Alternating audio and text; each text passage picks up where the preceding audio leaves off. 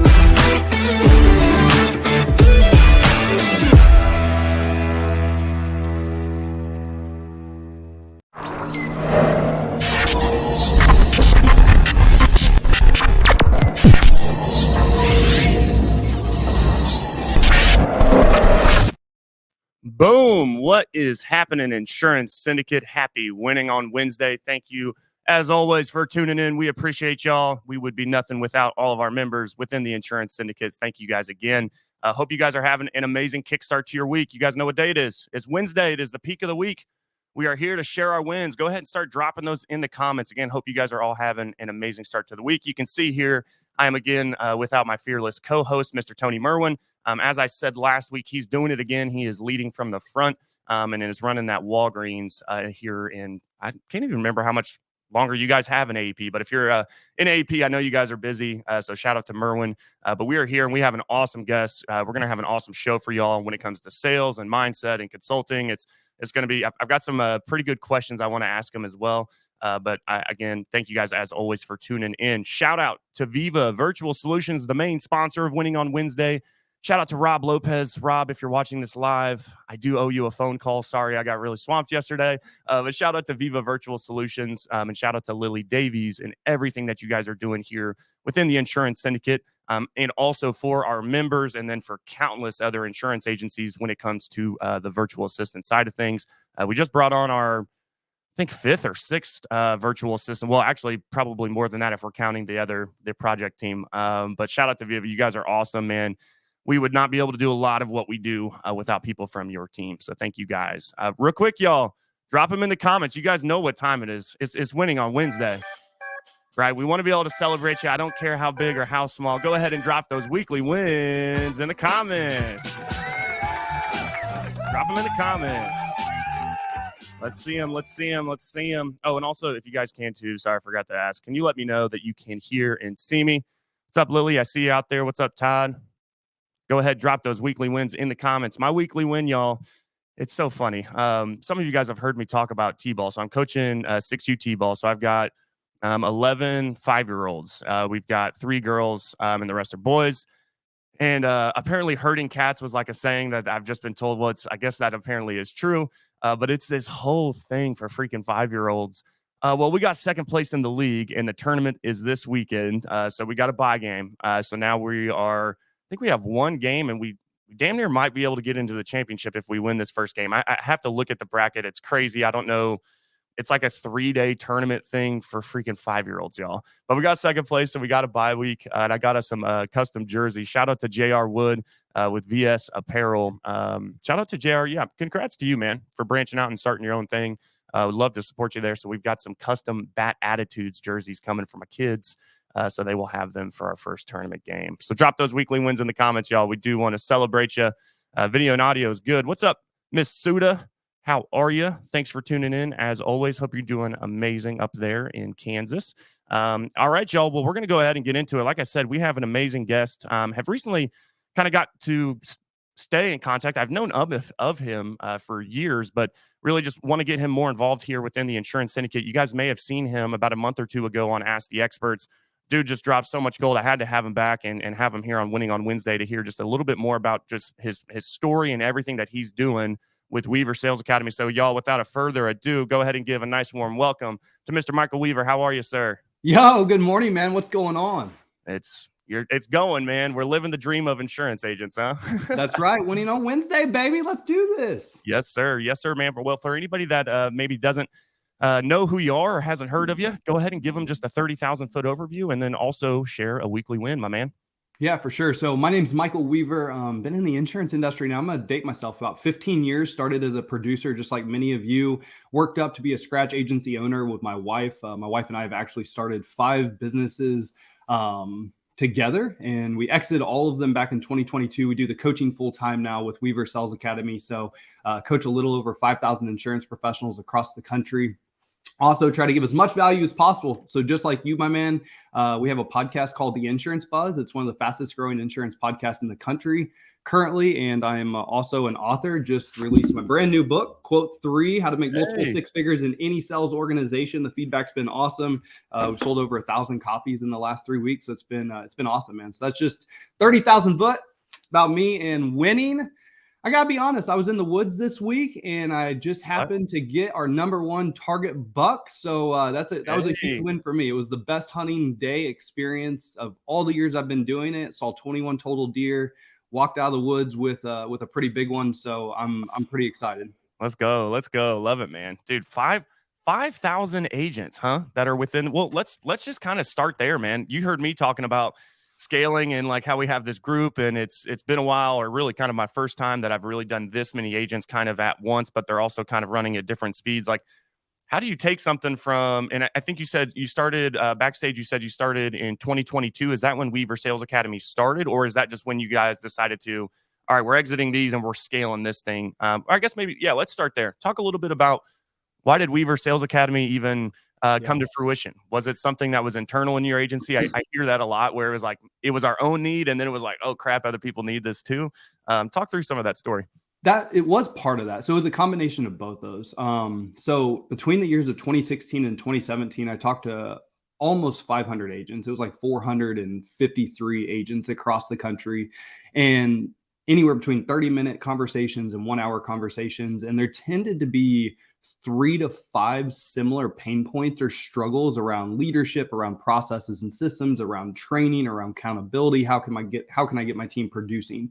Mm-hmm. On the flip side of that, in our own agency, anytime I was hiring a brand new hire, you guys know what it's like. I mean, you're wearing so many hats, you're doing so many other things. And when you bring on somebody new, especially if you're in a smaller agency, you got to do all the training. And so I would spend 3 hours a day with every new hire for the first 30 days. And then what happens 3 months, 6 months down the road?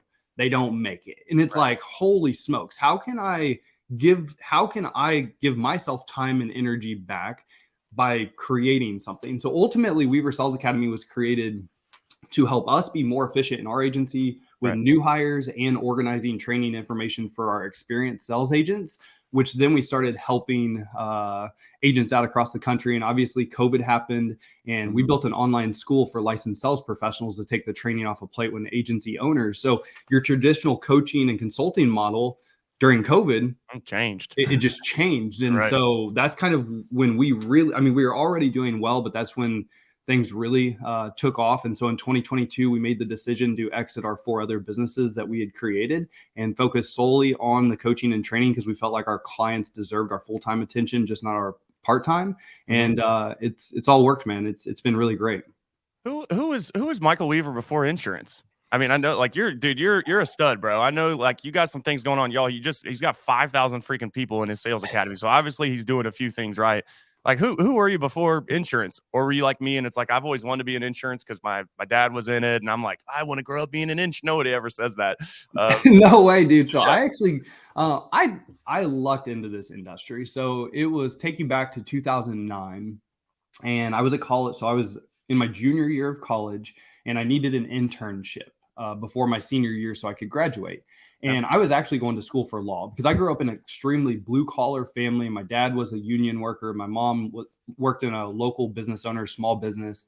And so I was just like, I want to make a lot of freaking money. Like, whatever. Like, I grew up in a town of 4,000 people. So a real small town. I'm just like, a lawyer, going to make a lot of money. I like to argue with people anyway. So whatever, let's do this. And so that's why I initially went to school. But then for internship, I went around to accountants, law firms, and they felt like funeral homes. I'm like, dude, this is terrible. Like, I do not want to spend a summer here. And then I just happened to walk into a couple insurance agencies. They also felt the same. But one of the agencies I walked into was a younger crowd, pretty cool vibe. I'm like, I think I could do this. And so I interviewed. The guy was like, you know what? Come back next year when you graduate. I was like, I need this to graduate. That's the problem here. So I actually showed up the next day, first thing in the morning before anybody else got there. He got out of his car, kind of gave me the side eye, like, what's this kid doing here? And I just told him, like, because it was spring break. And so I had 1 week to land this job. And so I just told him, I'm like, I'm going to show up here every single day until you give me an opportunity. And so he's like, all right, come in for a couple hours a day, a couple days a week. You can be our, he said, marketing expert and run all the errands. What marketing expert actually meant was cold caller. So I became their prospector in their agency. I did all the things that they didn't want to do. And that's kind of how I got my start in the insurance industry, man. And then honestly, during the great financial crisis, my dad's pension got cut by about 75%. And he was supposed to retire at 52. Long story short, he's now 59 and still working. And so when I witnessed that happen, and then I found out what you could do in the insurance industry, specifically with the company I teamed up with back then, I could help people out with investments. And so that's why I started the agency in the first place, was to really become that advisor to clients to help them make sure that they were never reliant on anybody's income and financial future besides themselves.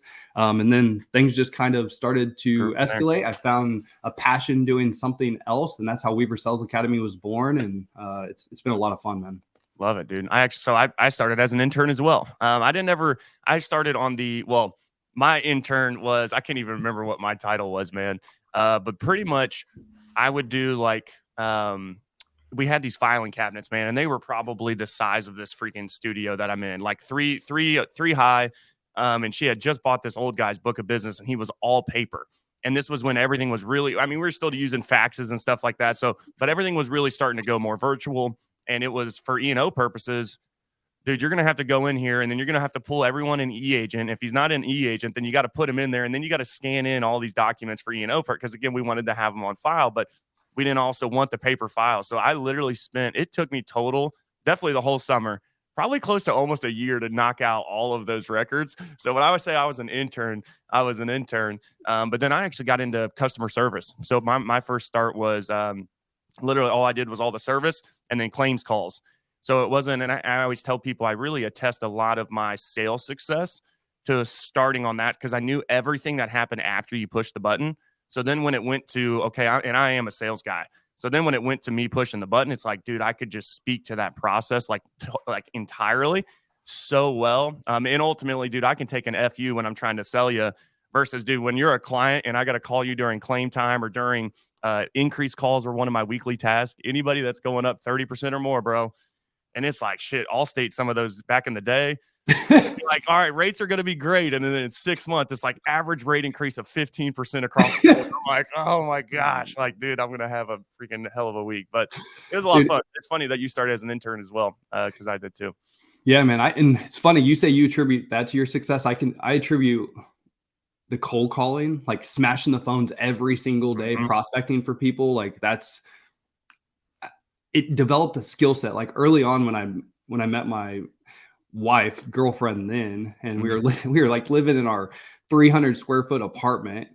I mean, to think about what's changed in the last 14 years is insane. I mean, technology, we were using faxes, we were still using file cabinets, but also my financial situation back then sucked. I was making 24 grand a year, like paycheck to paycheck. We live in a freaking apartment the size of our kitchen now. But where I was going with that is I told her way back in our relationship, if I can just master the phone, we will never have to worry about money a day in our life. Yep. Yes, absolutely. Well, so I have a couple questions that I have pre-curated for you. That's a fancy word for me. I got some questions for you, man. As we're sitting here talking about sales and getting on the phone and everything like that, as a sales coach, what do you consider to be the most important skill or mindset for a successful salesperson? That's a really great question. And and you cover two different things there. So I would say maybe do the skill and then the mindset as well. So I think a mindset, actually I don't think this, there's science that backs this up. A positive, optimistic mindset is going to help you be more successful in sales, because in sales, you're told no way more than you're told yes. And so if you're already negative, if you're already pessimistic, that's going to hit you a lot harder than, like me, for example. I genuinely am a more positive, optimistic person. And in the book, The Happiness Advantage by Sean Aker, he actually did a study, and those that tend to have that more positive, optimistic mindset actually outperform the negative, pessimistic salespeople by over 30% in their first year. And in their second year, it actually increases to 50%. So I would say, like, when you're looking, I tell all agents, when you're recruiting, you want to be looking for people that are positive, optimistic people, because they're typically going to do better in the sales role because they can handle the rejection better. So I would say that would be my mindset answer. The skill set, I'm a huge believer in, you have to have the ability to have conversations that matter. And what I mean by that is having the ability to have a conversation where you're building rapport, you're having a discovery conversation, because it can't be based off of price. Insurance is an intangible product. And so you have to have the ability to dig in, ask questions, active listening, and then communicate in a manner that's going to be educational and empowering to customers. And if you are able to do that, you're going to be different, and you're going to have wild success in just not the insurance industry, but any sales industry, because over the last 15 years, insurance is pushed to a really transactional model. And while you can have transactional speed on a phone, it has to be transformational. You have to be able to establish that human to human connection, because moving forward, it is my belief with AI and tech that it will make our jobs easier. It is going to make us more efficient. It is going to allow us to help more people. But people are craving human interaction and human connection at a deeper level more now than ever. And to just back up what I'm saying there, 83% of Gen Z surveyed say that they want a relationship with their financial advisor. 79% of millennials. Like, so if anyone's telling you people don't want a relationship with you, the data does not back that. And people want to have real conversations, and the people you're hiring, the things they're looking for is meaningful, fulfilling jobs. What's going to do that? Meaningful, fulfilling conversations every single day with prospects. That also, the best part about this is the more people you help, the more money you make. That's the best thing about insurance. I know, right? And okay, so let me ask you this. I'm glad we're going this way. I like this conversation a lot. What are your thoughts? And I definitely, like, I feel like I piss people off almost when I say this, because I say, dude, a bot and the AI and all the automation and stuff where I think it's needed, right? It ain't ever going to trump a Joe, right? Like, I mean, it's like you get me on the phone, right? Or you even just get me on an email, like, and just again, those meaningful conversations. I'm going to win every single time. Other people are like, bro, dude, it's AI. They have their own AI freaking themselves, right? It's like, but it's not even them. What are your thoughts on that? Can you use that to really create a meaningful relationship or having meaningful conversation with some of these tools? Are you using some of these tools?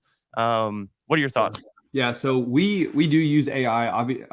Transparently, we're also in works with an AI product that actually can help coaching, accountability, compliance. But I believe that tech is pretty far off right now from replacing humans. And what I mean by that is, and this is not to scare anybody, but I believe that if you are an order taker, if you're that traditional CSR that just comes in, you take your order, you process the transaction, and that's all you do, I feel like maybe in the next 3 to 5 years, things could get a little dicey for you. And that's why I'm on my platform is if you don't want to be replaced by AI, make yourself irreplaceable. Like, make sure you're developing the skill sets to where when AI does come into the insurance industry, and it already is, and it's going to be a disruptor. But what you're saying, I believe 100%, is you have the ability to establish a human connection that AI is definitely can't do now.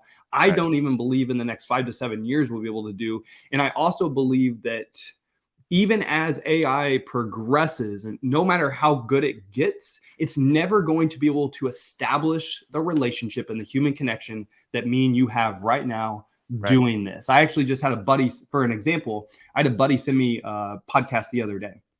And he's like, tell me what you think of this. And he didn't really tell me anything else. But in listening to it, I could tell that it wasn't human. It sounded like human, but the reason why I could tell it wasn't human is because it was perfect. There was no there was none of this. And so I emailed him back. I go, that's a pretty good podcast, but let me ask you, what AI tool are you using for this? He's like, how did you know that? I'm like, because humans aren't perfect. Right. Like, there has to be some type of back and forth. There has to be some type of in a conversation. Like, people mess up. And so I think that you're going to start to see that more and more. And that automatically actually turned me off as a listener and viewer. I'm like, I don't want to listen to two robots talking. Like, no, thank you. Right. And it is wild what these things can freaking do, man. It is. And again, it's the industry's changing. So it kind of leads me to my second question here for you. When it comes to for the sales academy, right? When the industry changes, then obviously I'm sure you've had to adjust and transition, and you have different strategies. So my question is, like, how do you stay up to date with that? I think obviously, when you are an agency owner, it's very easy because you own an agency, right? So like for me, when I'm onboarding these agents, like everything that I'm saying, like I'm practicing and preaching it, and I'm doing it internally within my agency, right? How do you stay up to date to make sure your trainings and everything are aligned with the industry, right? Because I have that problem too, and I think a lot of people do, where, hey, we'll create the looms, we'll create we even have the modules, but then you look and it's like, yo, bro, that's from like 5 years ago. 4 agents only doesn't even look like that anymore, right?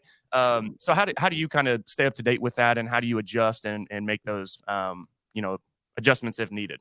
Yeah, that's a really great question. So honestly, having conversations like with individuals like yourself. So the Insurance Buzz podcast has been amazing for us because we're talking to heavy hitters across all companies: State Farm, Allstate, Farmers, American Family, Independent. And so hearing what they're going through helps us stay up to date. But also, one unique thing we do at Weaver Sales Academy is all agents and producers have my cell phone. And every single week we're communicating with them. So I talk to 300 to 500 agents and producers a week on average. And so I'm able to stay in touch. What? How many? 300 to 500, bro. And now typically those are sales related questions. Okay. But yeah, man, like it's awesome. So that we do a win the day Friday, actually kind of like winning Wednesdays, like share a win with me.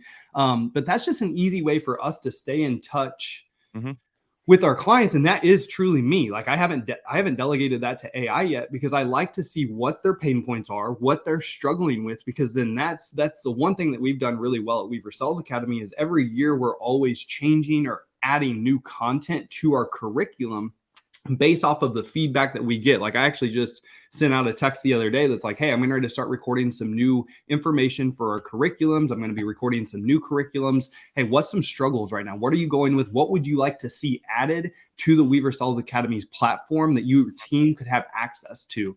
I would say the other thing is I speak a lot. I go to workshops a lot. I hold workshops a lot. So being able to talk to not only agents in person, but also district managers, sales managers, being able to get everyone's different perspective, that's been huge. And then obviously I try to stay up to date with insurance industry updates through like the Insurance Journal and all that, and tuning into things like this, like all your Facebook groups. Like there's multiple ways. There's so much information out. I mean, you guys are hearing it. I hope that we've kind of got a theme going here where it's just people do business with people, man, right? It's like it's having that relationship. It's the in-person events, right? It's communication. Oh my gosh, I hark on communication so hard because in my opinion, communication is the key, regardless in sales or it really just in a relationship, man. If there's no communication, there's no trust. If there's no trust, well, why are we even sitting here talking, right? Especially doing business together.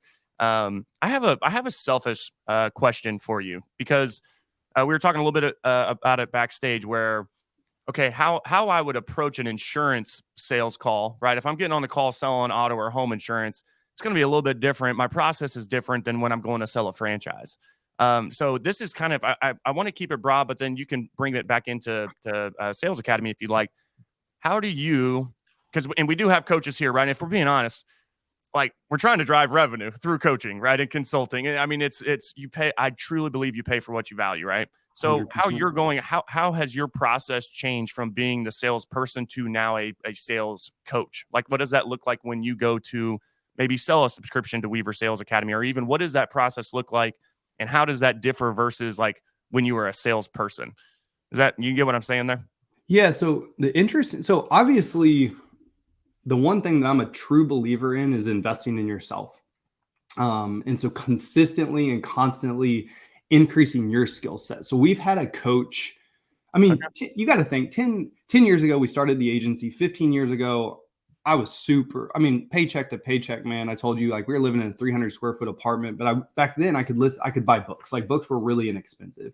Yeah. And so, like, the psychology of selling, like Brian Tracy's an OG. He's one of my mentors. Mhm. He doesn't even know it. Grant Cardone. That was the very first thing I invested in when I became an agency owner, was Cardone U, which was a Yep. huge investment. I actually had to wait till I got my first paycheck because Mhm. my wife and I only had $5,000 to our name when we started the business. And so I had to wait for that first paycheck to be able to make the $10,000 investment into the training for myself Yep. and my team.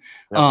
And then we've had coaches. I mean, at this point, we're pretty much investing a little over 6 figures a year in our development. And so by doing that, it has allowed me to really finesse my sales skills and just become better at that, which allows me to then pour into my community, pour into even you. Like, social media, I put out free content all the time for the insurance industry. So to answer your question, I actually believe that all sales conversations are pretty much structured the same. Okay. Now, when you sell insurance, it's specifically going to be for insurance. And when you sell life insurance, it's going to be, so the specifics change, but I believe a conversation is, 1, your elevator pitch, 2, your rapport building, 3, your discovery conversation, 4, your presentation, and 5, your close.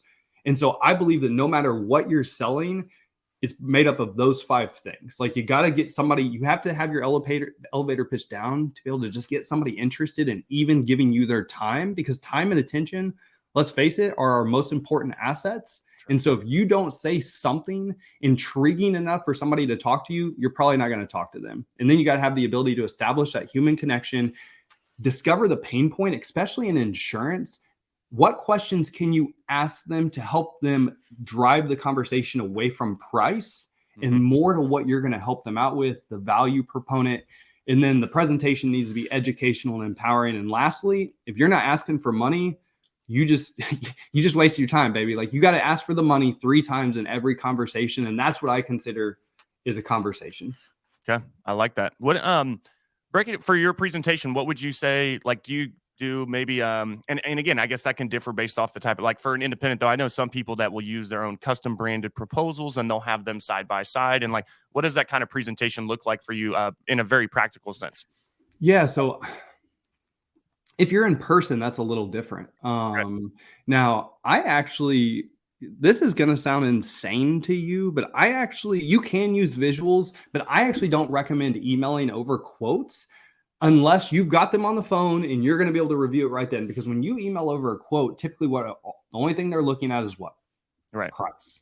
Right. So if you've got them on the phone and then you can email them a side-by-side comparison to walk through, I think that's great. But I actually believe something more powerful than seeing it in person or on the screen is story selling, utilizing stories to help someone understand what your product does for them and why it's better than their current product agent situation. So incorporating stories, either your personal stories, your client stories. And I always like to think of a hero's journey. So, and you want to make sure the client or prospect, they're the hero of their own journey. So right now, this is what you have. If this happens, this is the repercussion. Hey, so what I'm proposing is this. And if you're in that same situation, this is the outcome. What outcome do you want for you and your family? And when you get really good at story selling, nothing else really matters. Right. Well, we've all heard the saying, facts tell, stories freaking sell, man. I mean, it's so true. It's funny you say you got to ask for the money too. It's amazing, dude. Like, I remember, now this was a hot minute ago, but I had a guy on my team, man. He'd do everything. Everything was, I mean, just all the notes and it was funny. I was missing it because I was away. I wasn't necessarily listening to the calls, but I'm looking at as I don't know if you're familiar with Ricochet 360 with Dave and everything. We were on Ricochet for years. We were actually their first ever independent agent because it was a very Allstate thing.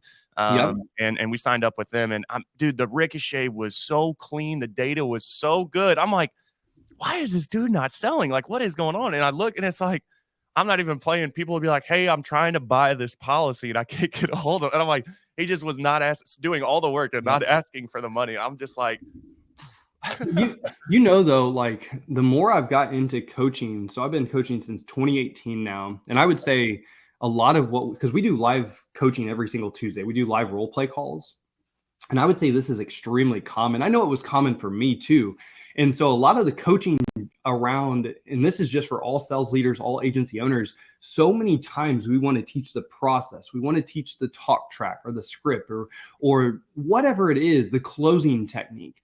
It has to go deeper than that. It has to, if you're going to be coaching in your agency, you have to be able to mindset coach. Like, what is actually getting in their way? It's not, they're not asking for the sell. Yeah, they're not asking for the money, but what fear do they have that's causing them not to ask for the money? Where does that come from? And so, and I struggled with it too. My very first 6 months as a producer, like I would have a great conversation and get to the end of the sell and be like, so what do you think? You got any questions? You want to look that over? Right. Because I was afraid. Yeah, I was afraid of getting told no. No one likes rejection. And so until you overcome, and that was a mindset belief of mine because raised in the Midwest, look, we were taught, look, you don't talk about money. You don't ask people about their money. Like, and so if you're very born that way, or maybe money is a negative topic in your household, that's going to be a core fear that you're going to have to overcome to be able to be successful at sales. Yep. I remember, it's funny. I say that to say I did it on my first trucking call. I mean, I wasn't scared to ask for the money, dude, but I was embarrassed to call this guy because I'd never seen premium like that. I mean, it's like $38,000. And I'm thinking, I'm used to quoting auto and home insurance, bro. So I'm like, I'm going, and I'm good at that. I could ask for that all day, do it in my sleep. And then moving over to the truck, I'm like, dude, I was like embarrassed to call this guy. But I was like, you know what? I got to call him, and what's the worst he could say, right? But I was so embarrassed and nervous to get on that call. And what does he do? Now, again, this is where I got lucky. I got over that fear, that embarrassment very quick. He was like, oh, dude, that's the best I found, man. How can I get going? What do you need for payment? And I was just like, oh, dude, this is freaking awesome. We're doing trucking now. So I actually adopted a mindset back in the day that I said, and I say this a lot to our community. If you don't ask, the answer is always no. Like, you just have to ask, because if you don't ask, it's definitely a no. And I want to go ahead and, if you don't care, I'm going to share one of the most common struggles that I find that is a personal belief that producers really have a hard time overcoming from what I've found. And that is the fear of bothering people. So if you have somebody in your agency that struggles asking for help, they also are going to struggle because they're afraid of bothering people. They're afraid of bothering you. They're afraid of bothering their spouse. They're afraid of bothering their kids. They're afraid of bothering customers. And so if you have someone that has a hard time getting people on the phone or even closing people, I can almost guarantee they could be struggling with, I don't want to bother them. And they don't even know they're doing it until you ask them, like, hey, what do you think this is from? And they're going to say, I have no idea. Well, tell me, you think you're bothering people? Like, are you afraid you're going to bother them? And it's amazing when you have that conversation to just watch their shoulders drop. And you could be way off, and they might be like, nope, that's not it. Right. But if it is that, it can be a really eye-opening conversation to help them push through that to gain more confidence. So, okay, so I want to hear your opinion on it. So this is one of my guys, Todd. He's been commenting. He did say earlier, people don't buy your product, they buy you. But he put a comment. So I threw him in the freaking deep end, bro. So this is what he put it. He never even had that fear because Joe threw me in the deep end with those big premium trucking policies on day one, right? So, I mean, it's literally his first day, dude. Like, we go through our house of dreams and kind of goal setting and stuff, and then it's like, you're calling these trucking accounts, but he closed like 28,000 on his second day, right? But I will say, so I want to hear your thoughts on this or opinion on how much structure and training and everything should you have in place before, or is like, screw it, man, I just threw him in the deep end, and I mean, it worked out. Like, Todd's one of my top guys. He's loving insurance, right? We're all about it. We've got an amazing, relationship here in the office. What are your thoughts on throwing him in? Just, hey, throw him in the deep end, right? Or shit, maybe I could have done him a disservice there if it didn't work out. I should have maybe done a little bit more up front. What are your thoughts? So My thought is you do need a structured Yeah. sales training program to make sure that everyone's being trained the same way every single time in the consistent sales conversation. It's kind of like the straight line selling system. I never even knew that Jordan Belfort taught that until I read his book. And I was like, shit, this is exactly what I teach too. Not that you can't have your own personality, not that you can't have your own verbiage, but I like the consistent training because then everybody knows what's expected. It's going to provide clarity, accountability, and confidence. Right. Not that you can't throw people in and some people make it. In my experience, most people just don't. Right. And so that's why I like that structure. Like at Weaver Sales Academy, we have a 90-day onboarding plan for brand new sales producers that teaches them that new business multi-line conversation, the life insurance. And I like that because it's going to give everyone a chance. And then it's also going to show you, the agency owner, hey, are these people coachable? Do they like development? And so it's going to give you a lot of information as well. That's just my opinion, obviously. Yeah. But No. And I think, when I throw people in the deep end, I'm also like standing with them, listening to calls, role play, for like sure. so Coaching them. Yeah. exactly. So you said something there on the 90 days. Is that what you think? I think to me 3 months was always kind of like that's the transition period. I know, especially on the independent side, if you're like that's a lot of carriers. Again, if I'm putting you into trucking or personal, like there's multiple lines you're going to have to learn. 3 months though, I think is kind of that buffer time where I can really tell like, hey, this person's they're gonna make it, right? And or sometimes I think we've seen it take longer, but 90 days kind of is your window, you think? Enough for people to really So I like 90 days to measure their attitude, activity, and effort. Okay. Quite frankly, like let's just see what they're doing. Let's make sure they're showing up to work on time. They're a good teammate. Honestly, with the once we started using the structured training program instead of in person, you could see them develop faster. Yep. But if you're doing it yourself, that's what I was looking for in the first 60 to 90 days. Like, are they a good culture fit? Are they do they have a good attitude? Are they willing to come in and do the activities we're asking them? Are they making excuses? And then I would actually measure production needed to be close to where it needed to be by day 90. But really, that was month 4 and 5 is where I was measuring production expectations. Now, if I would have had the Weaver Sales Academy starting as an agency, the 90-day rule is my rule. Like, because you have all the tools at your fingertips to be successful. Let's do this. Like, and so I think the 90-day mark is that the 90-day rule is kind of my measurement on everything from marketing strategies to new hires to does this process work? Like, I just like the 90-day rule. Like, let's test it. Let's see what happens. Is it a good fit or do we need to make changes? Love it. Love it. I have a question for you though. Yeah, go ahead. You brought up something earlier and I would ask you, and I love that you're doing this. Why do you have them do a vision board? And maybe you've covered this before, but why are you doing that in the first week?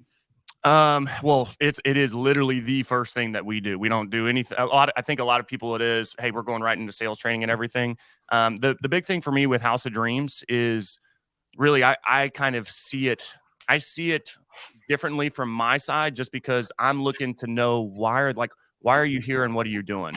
And that's just one of the things we have up on our board. But it really is to understand, like, dude, what are you really trying to build here? Because as we know, right, and you've been in the industry long enough, dude, this shit can beat you up, man, and it can chew you up and spit you out, and it'll do it multiple times. But when you know what that dream is, again, and we call it the House of Dreams, when you know what that is, then it really allows me as a leader to, when I see you come in and it's like you can tell you're down, hey, but remember what we're trying to build, right? So it kind of helps me be able to tag in there. From their point of view, though, I look at for them as a GPS, right? So they really like, what are you even trying to build, right? You're not ever just going to hop into this thing and just like not put in the address and just hope you get there, right? So it's kind of, I look at that as a GPS, kind of all right, why are you really in this industry? And then it goes into, well, hey, now if I can get you to understand that even if insurance isn't your passion, right? Yep. If I can just get you to understand, man, it is the best vehicle to get you to whatever you're passionate about. I say it all the time. Then it's okay, perfect. And then I know what you're passionate about, right? Dude, we can get into the passion versus talent thing, the whole start with why, but I want to give you credit right now. This is amazing leadership, man. This is tremendous leadership because one of the largest disconnects that I find in an agency is it's all about business. It's all about business goals. Sure, you can say you care, but you got to remember though, what's in it for me. Mhm. And so if you can figure out what's important to your team and how you're going to help them accomplish their personal goals, they're automatically going to be tied into their business goals. And so I wanted to highlight that, man. I knew that's why you did it, but Yeah. man, that's tremendous leadership, brother. Thank you, man. And I'm not gonna share her name or anything just to respect privacy, but we had an agent that, and just to kind of talk about what the power of this House of Dreams thing can do. Once we go through House of Dreams, then we go through personal goals, then we go through financial goals, and then we back into the numbers on how you can achieve those. And if you achieve those, then you can do your personal stuff, right? And she's like, I don't really know if this is like okay to, I don't know. She's like, if this is what's inappropriate or anything. I'm like, just go. What you got? She's like, man, I want a tummy tuck, man. And I was like, dude, that right there, and just the laugh we had and everybody, it's true. It's like, dude, that was something she's trying to achieve, and you could instantly see the switch change where, oh, we're homies. Like that's game on now, right? And just that relationship piece. When somebody's comfortable enough to even share that to me is important, man. I want to go back. This is another thing that I really monitor, and I want to get your thoughts on this, on activity versus production. So for me, my daily goals and everything that you need to hit on my team, right, has nothing to do with production. It's all activity goals.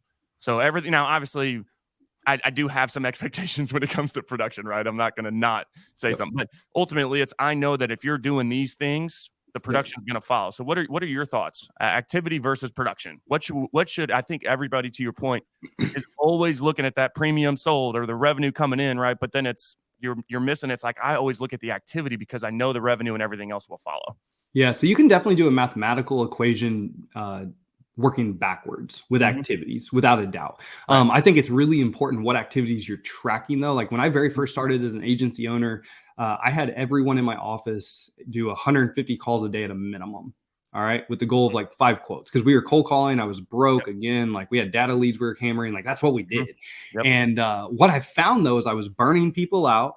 So 6 months, had a guy quit. He's like, man, I got into this to help people. He's like, all I feel like is I'm a freaking telemarketer. I'm like, that's fair. And I didn't really listen to it. I was young. I'm 26 years old. I'm like, you just don't have what it takes. Like, we're going to continue. All right. Terrible leadership. All right. That's a little bit of that Grant Cardone, that Cardone you coming in. No excuses, baby. Do it. Right. That's exactly right. So it's like, so what I learned though, because then I started to burn myself out, because you got to think, as I was a producer for 3 years, then agency owner. So I'm making cold calls now for about 5 years, 150 to 300 calls a day, every single day. I'm like, gosh, dang, like I'm good at this, but man, this is a lot of activity.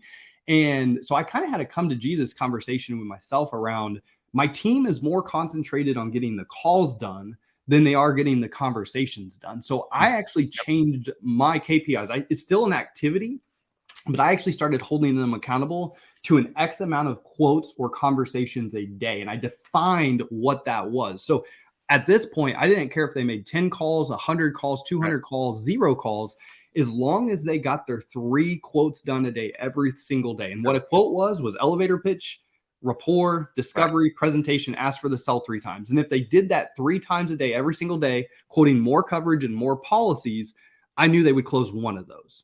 Right. So because we averaged about a 31% closing rate. So bam, I need them closing 1 multi-line household a day, which was an average of 3 policies. The other KPIs I tracked was life insurance conversations. So 3 life insurance conversations a day, and then 3 Google review links, or we switched from Google review to referrals through time. But and then as an agency, we had to have 15 appointments a week set was the goal. So those were basically the KPIs we tracked, and I switched to, and it worked really well.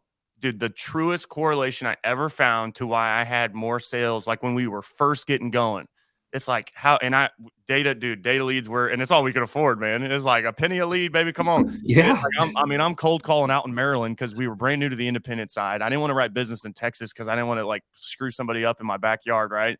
Not to say we were writing shitty policies or anything, but it was a process, man. It's like, oh crap, I did that wrong, and I got to call. I mean, a lot of people just complaining and cussing us out. But dude, I was selling over 50,000 a month off cold calls on the East Coast, right out of Texas.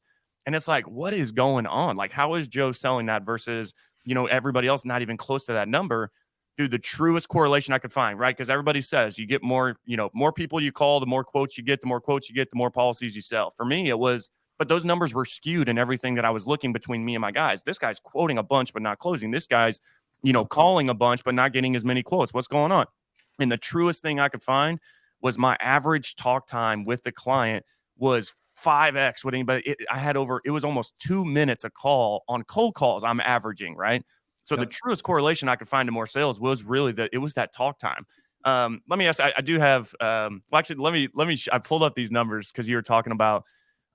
This is so. I had my numbers from Ricochet, and I somehow found them from my old OneDrive or something.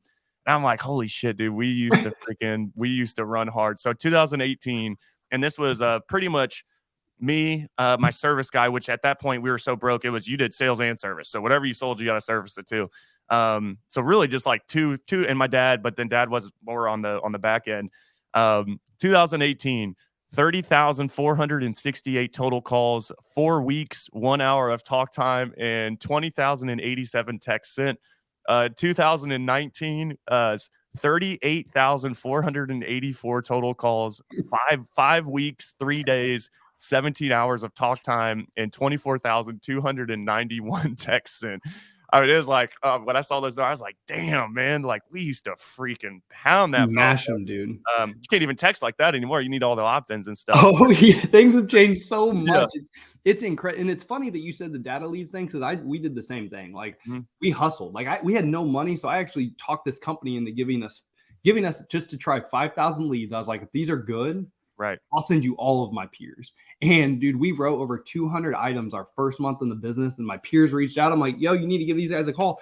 They over 20 agents signed up with them, so they gave me 50,000 leads for free, and that's what we use for ultimately the first 2 to 3 years of our business, of just the 50,000 leads, just smiling and dialing, baby. But it's the reason I bring that up is because you did it.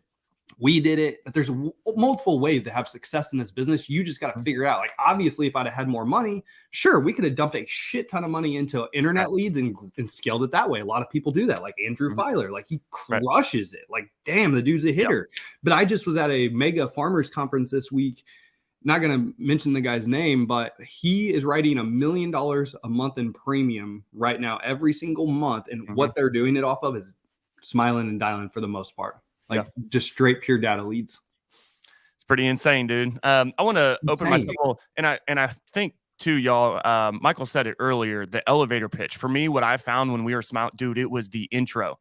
If my intro was just a smidge long, but man, if they gave me that 25 to 30 seconds, bro, I'm pretty much like they're gonna feel stupid if they don't say yes, right? So that elevator pitch and that intro, I think, is so important. I want to open myself up. A lot of people that watch us, I talk about it a lot, but I just want to hear your thoughts and if I should change it or not. But something I really believe in is the 1, 2, 3. So that's kind of our activity goals for the day with my internal sales team. Again, it's just purely sales. My team is all commission based too. I pay for everything, but it's more like, hey, you get here, I'll show you how to do it, and you'll make money, man. You just got to show up, right? And I'll cover the rest. But the 1, 2, 3 is our activity goals. So it's 100 dials, 2 hours talk time, or 3 quotes. 2 out of the 3 need to be done every single day. What are your thoughts on that? I love it. Okay. Long term, we should be good. Because I think, you were talking about the burnout and stuff. Would you ever adjust those activity goals based off of maybe somebody's, what would be the right way to say that? I guess just of who they are as a person, right? Like somebody who's down to, like they're really good on the phone, but maybe like, would you ever adjust that? Or is it just, dude, you got to do the 1, 2, 3. It doesn't matter kind of who you are as a person. This is what we know works. So I love that so the reason here is yes, somebody could get burnt out making 100 calls a day without a doubt. But here's the thing, as a sales professional, you have to be a hunter. And so if you don't want to make the 100 dials, you're not making them make the 100 dials. That's why you're saying 2 out of 3. So the quotes in 2 hours, which I love. And the 2 hour, I mean, as long as they're getting their production, and if they were at an hour and a half, I'm sure it's not going to be like a huge deal. But either way, they have to hunt. So regardless if they're making calls, regardless if they got a hell of a social media, regardless if they're developing centers of influence, regardless if they're referable, like whatever it is, you're holding them accountable to 3 things that should convert to it. Like the calls should convert to quotes. Now, some people will struggle with that because they'll be so, oh, shoot, I just got to get my 100 done today. But here's the thing is if they only get their 100 done, then they're not getting the quotes or the 2 hours of talk time. So I actually like that you've got it structured 2 out of 3. Yeah. Like you got to do 2 out of the 3. So I like that.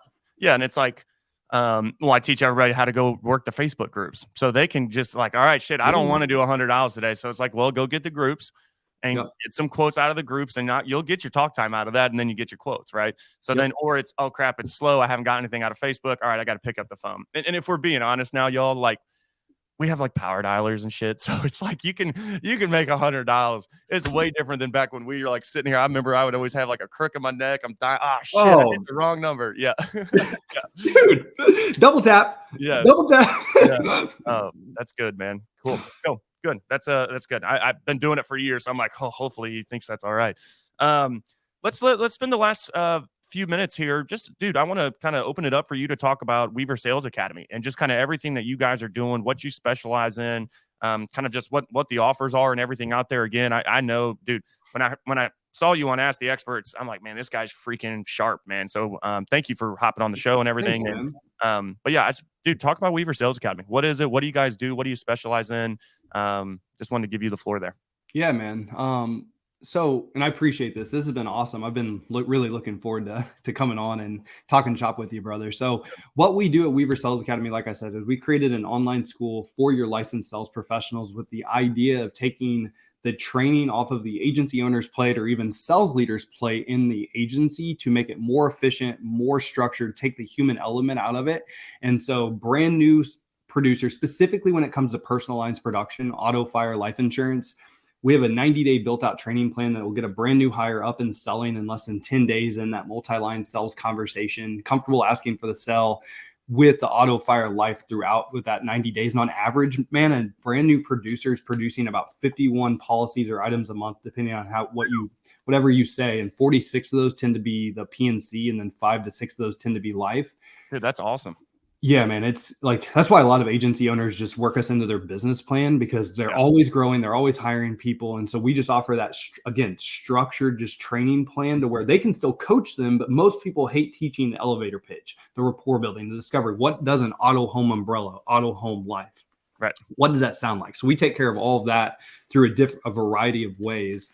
Tenured producers. I mean, the average tenured producer that joins us has seen an increase in 40% in auto, fire, life production by day 90 of working with us. And so when it comes to the sales conversations, the appointments, the pivots, the prospecting, the closing, how to structure your day, that's everything that we cover. It's truly built like an online school. So I know there's a lot of companies out there that have video libraries.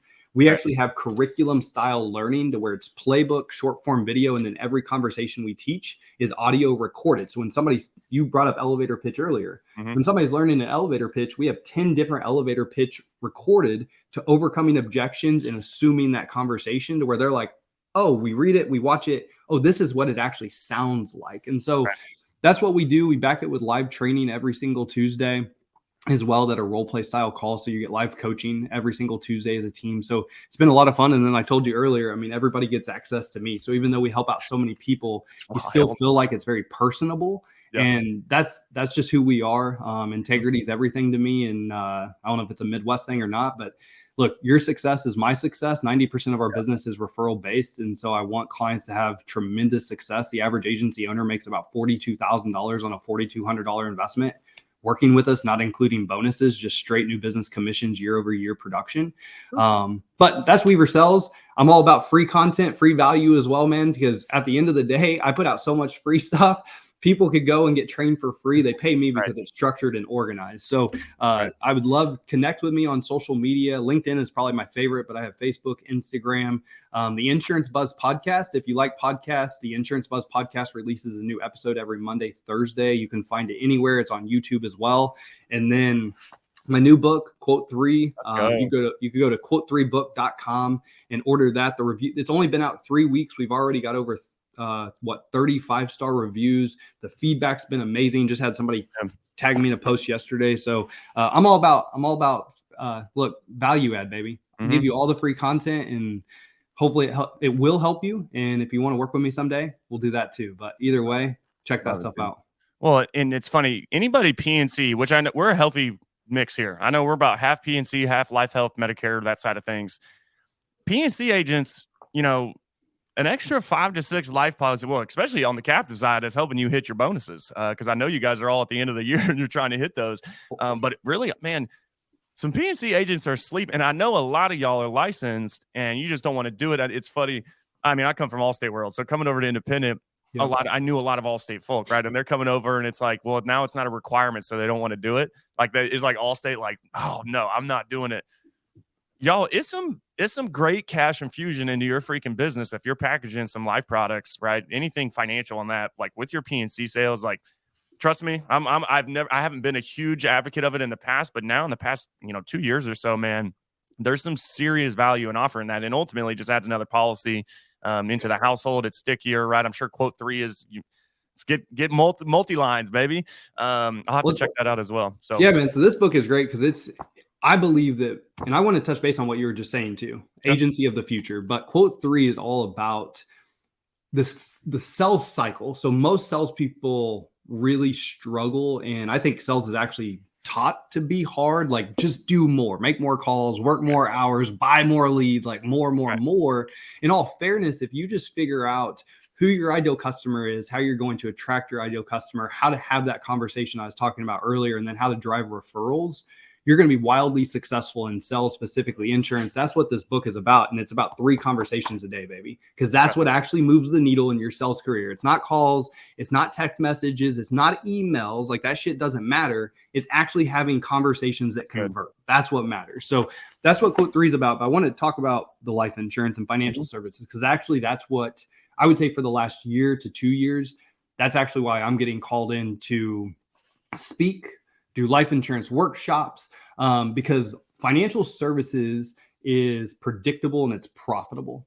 So as an agency owner in the PNC industry, PNC is volatile. And while some companies are saying rates are starting to even out, I don't believe them because of everything we're seeing on the landscape of natural disasters. Inflation is still going up. Like, rates are only going to go up. And so when PNC is volatile, what is predictable, what's profitable? That's financial services. Also helps retention within your book of business. And so if I'm an agency owner looking at the future, I believe that you are going to have to be a financial services agent first that offers PNC in the back. That's just my belief. And because that's what carriers are also going to want, because it's profitable. It's going to help retention. And you have to kind of align yourself with the carrier's path. I don't know enough about commercial. But commercial, you're talking to business owners, which need a lot of financial services help. And so I just believe that is what's going to solidify agents of the future, and those that grab onto that and can develop themselves, create maybe just a life insurance or financial services, maybe division within their agency. Those are going to be the agents and agencies that absolutely crush it over the next 3 to 5 years. Also, people need help with finances. People want help with finances. And we're entering an era that we're going to witness the biggest wealth transfer from one generation to the next. How can you be a part of that? Right. That'd be my question. How can you be a part of that? How can you get your hands on a piece of the billions of dollars? We're talking $83+ billion transferring from one generation to the next. How can you get just a small piece of that? That's good, man. That's good. I can tell you're passionate about it too. I Dude, love that. And I think it even, y'all, for anybody watching too, I mean, this goes outside of just even the insurance products that you offer. As long as, in my opinion, now it has to be congruent with your actual business. Don't go out like pitching makeup and you're selling insurance too, right? Like, but for me, it's like, okay, hey, we're on the trucking side. We have the finance. We have a finance partner where we can actually find you the truck and get you private lending on it, right? I have a line of credit or loan now that you can access, and I can get you that. And literally, I'm getting business owners' line of credit approved like in less than 2 weeks. It's an awesome process. It's super easy. Shout out to Ryan Stuman on that. We do warranty. We have a warranty product, right? So, hey, and it doesn't go based off of the truck age. It goes based off mileage. So if you have an older truck and you want some, make sure that it's covered if something happens. And so again, we're really a full service shop. I think that to me is the true agency of the future as well. And that includes all the insurance products too. Now, maybe I get my foot in the door on the truck financing or the line of credit or whatever, but guess what? Guess what follows, right?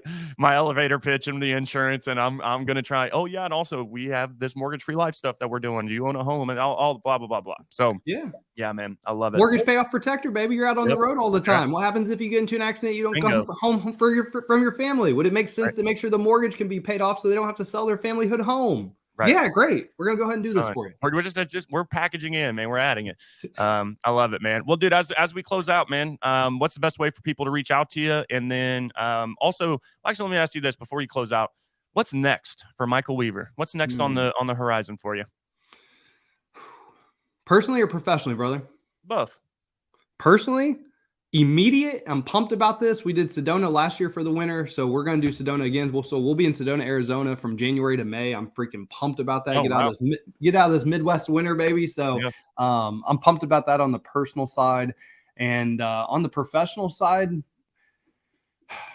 we're just going to continue to do what we're doing, brother. Trying to innovate, trying to be the #1 insurance training provider in the country for insurance professionals to help them be more confident at what they do. And that's through innovation. That's through change. That's through adapting and just trying to adapt and create products that insurance agency owners can use to help them be more confident and make more money. So that's what we're doing, brother.